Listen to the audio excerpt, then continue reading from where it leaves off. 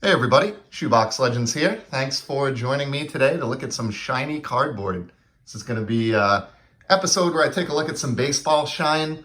A few of these are newer additions that have come in for a project that I'm working on, and a few of them are older additions to a project that I just never got around to putting away in their proper home, so we'll take a look at those as well. But before we get to those baseball cards, I just want to do a quick hockey shout out.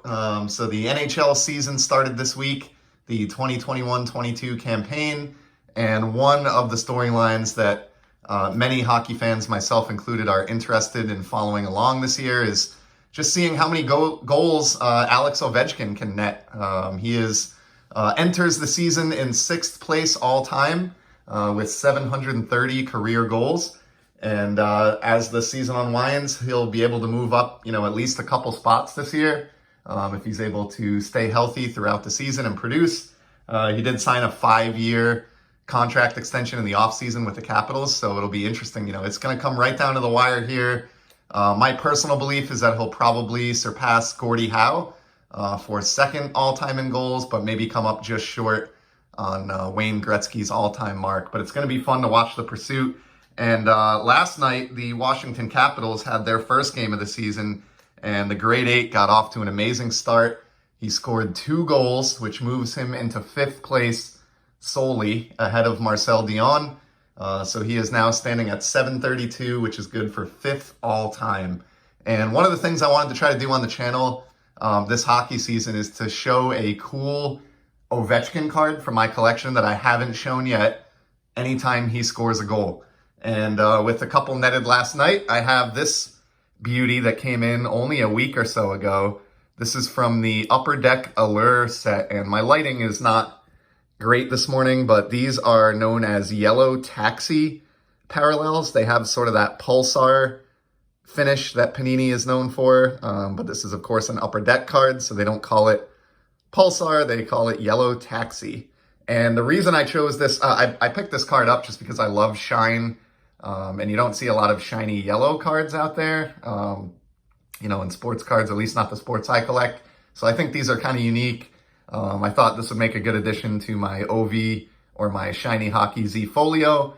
But the reason I decided to show this card for last night's performance is this particular auction was actually for a pair of these. So for about $5 shipped, I was able to get 2 of these Yellow Taxi OV parallels shipped to my door. So, just made sense with him scoring twice last night to pick a card to show that I happen to have 2 copies of, and that was, sitting on the very top of my inbound mail stack anyway. So those are pretty nice looking. And as I said, a lot more Ovechkin to come on the channel here in the ensuing months. Let's hope he can stay healthy, keep scoring goals. And he actually had a pair of assists last night as well. So it was a 4-point night for OV, and a pretty good night to be an NHL hockey fan. So we'll move on into baseball now, and these shiny cards are from 2 different set pursuits that I'm working on that are a little bit different, but they're from the same year, 2011, which is, my favorite year of the 2010s as far as Topps baseball cards go. And one of the projects that I've talked about working on is completing a 2011 Topps Chrome set in atomic refractor format. And I have 4 cards towards that pursuit, starting here with Jose Reyes when he was with the Mets, longtime Met, fan favorite. These 4 cards are not new pickups. I found these in a box, cleaning up and organizing the office, and they're 4 cards that I had already counted towards my set, but had not actually, because I knew I had purchased them, but hadn't tracked them down and put them into the binder yet. So they'll be headed there as soon as this video is over. To go along with Jose, this is just another, kind of common card, but one that I needed nonetheless. Pedro Alvarez of the Pittsburgh Pirates. And I won't go into length, on these. I've shown these parallels on the channel plenty of times before. Atomic or cracked ice are my favorite parallels, in any sport. Probably in the history of collecting. I just love the shine on these. The other 2 that I have are actually halfway decent. I've got 4 of these in total to show off today. Here's a rookie card a guy who spent some time in Boston, actually, Eduardo Nunez. It didn't turn out to be a superstar or anything, but necessary for that latter portion of the checklist that features the rookies. So happy to have that card to slide into the binder. And then last, but certainly not least, the guy who was a pretty big deal back in 2011, Steven Strasberg. He was, when he broke onto the scene, if you were collecting, around the turn of the decade there, 2010 or so into 2011, you remember this guy being a huge deal, top draft pick, just a fire of an arm. And he's actually had a pretty good major league career. I don't know that he's destined for Cooperstown or anything, but that's not a bad card to add to that set pursuit at all. And you can really see here, even with poor lighting, it's just amazing how those cards absolutely glow. So there's 4 more additions to that binder. I am getting so close now. Just a few stragglers left to track down, and relatively confident that at some point in the coming year or 12 months or so, I'll be able to get the rest of those in hand and do an episode where we look at that complete set binder, hopefully. Another project that I'm working on to wrap this up here. Got 3 more cards that have come in, and these are towards my goal of getting all of the retired legends in the 2011 Topps flagship and update sets in the Cognac Diamond Anniversary parallel. So I've got 3 here. The first one that I picked up off Sport Lots, got this for about $2. Very happy. Finally landed the Honus Wagner. I will obviously never own a T206 Wagner, but it is nice to have him represented in my collection. The photo's a little bit busy. It doesn't necessarily work as well for this parallel where they tend to blur the background and only leave the, the most active portion of the photo visible. That works a lot better with more closely cropped shots, and this is sort of an in-game action shot, but at the same time, pretty awesome to see in-game action from, over 100 years ago here. And it's a little difficult to make out, but I love the catcher's mask, the old school catcher's gear here. So that is a necessary and pretty cool addition to that set pursuit.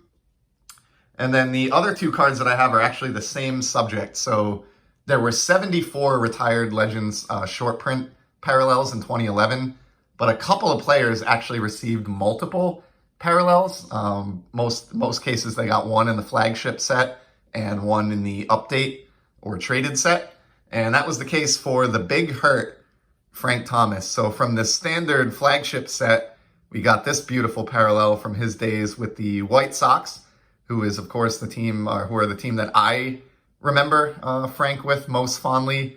Obviously, he broke onto the scene with Chicago in the early 90s and went on to play for some other franchises. But I always think of him first and foremost as a White Sox player, and was happy to bring this one home. And from the same seller in a package deal, I was able to pick up a lot that included his update card as well. And the update card actually features him with the Oakland A's. And it's a horizontally oriented card. But this works particularly well in this format. I love the shot of Frank sliding. They cropped this so that he seems to be kind of sliding right on top of the nameplate there along the bottom. So it just looks really nice. And what I like about this one is it features Joe Mauer. So I'm pretty convinced that he's going to be a Hall of Famer in the future. And if and when that day comes, this card will get a little bit cooler because it'll actually feature a pair of Hall of Famers prominently on the front. So pretty nice to get a Thomas sliding by Mauer Cognac parallel. And I sort of paid up for these, I don't mind saying. They're getting tougher and tougher, as I've mentioned a few times now, to track down at a reasonable price. And so the seller that I found those with was offering both Frank Thomas cards in a package deal for like $14.99. I'm down to few enough of these cognacs that I actually did pony up and pay the full asking price, $15, to bring those 2 home. Needed both of them, and it felt great to kind of cross Frank Thomas off that set pursuit completely and killed 2 birds with 1 stone. So there's my poor lighting Thursday morning video for this Thursday. Hope you're all enjoying collecting, enjoying the early part of the hockey season here, if that's your thing, or the baseball playoffs, if that's your thing. And I'll certainly be back in the near future with some more sports card content. Until then, take care.